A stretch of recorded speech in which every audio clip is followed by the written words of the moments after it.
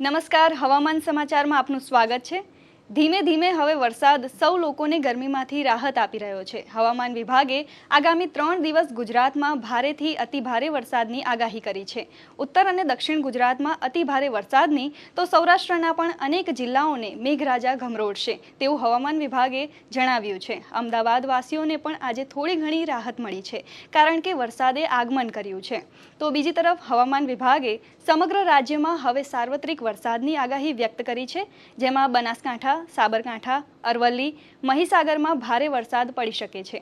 આ સિવાય વડોદરા, આણંદ, પંચમહાલ અને દાહોદમાં પણ ભારે વરસાદની શક્યતા છે। સાથે જ રાજકોટ, જામનગર, પોરબંદર, જૂનાગઢ, અમરેલી, ભાવનગરમાં ભારે વરસાદની આગાહી કરવામાં આવી છે। મોરબી, દ્વારકા, ગીર સોમનાથ, બોટાદ અને કચ્છમાં પણ ભારે વરસાદ પડશે। રાજકોટ મનપા દ્વારા નાગરિકોની સુરક્ષા માટે વાવાઝોડા વખતે પડતી મુશ્કેલીને ધ્યાને રાખીને ઇમરજન્સી કંટ્રોલ રૂમ શરૂ કરવામાં આવ્યું છે, જે 24 કલાક કાર્યરત રહેશે। તો અમરેલીમાં ભારે વરસાદની આગાહી વચ્ચે સાવચેતીના ભાગરૂપે નાગરિકોની સુરક્ષા માટે એનડીઆરએફની ટીમ તૈનાત રાખવામાં આવી છે। વરસાદ થતાં નદી નાળામાં પણ નવા નીરની આવક થઈ છે। ઉપરવાસમાં વરસાદ પડતા મહારાષ્ટ્રના હથનુર ડેમનો એક ગેટ ખોલાતા દક્ષિણ ગુજરાતના લોકોની જીવાદોરી સમાન ઉકાઈ ડેમમાં 6392 ક્યુસેક પાણીની આવક નોંધાઈ છે।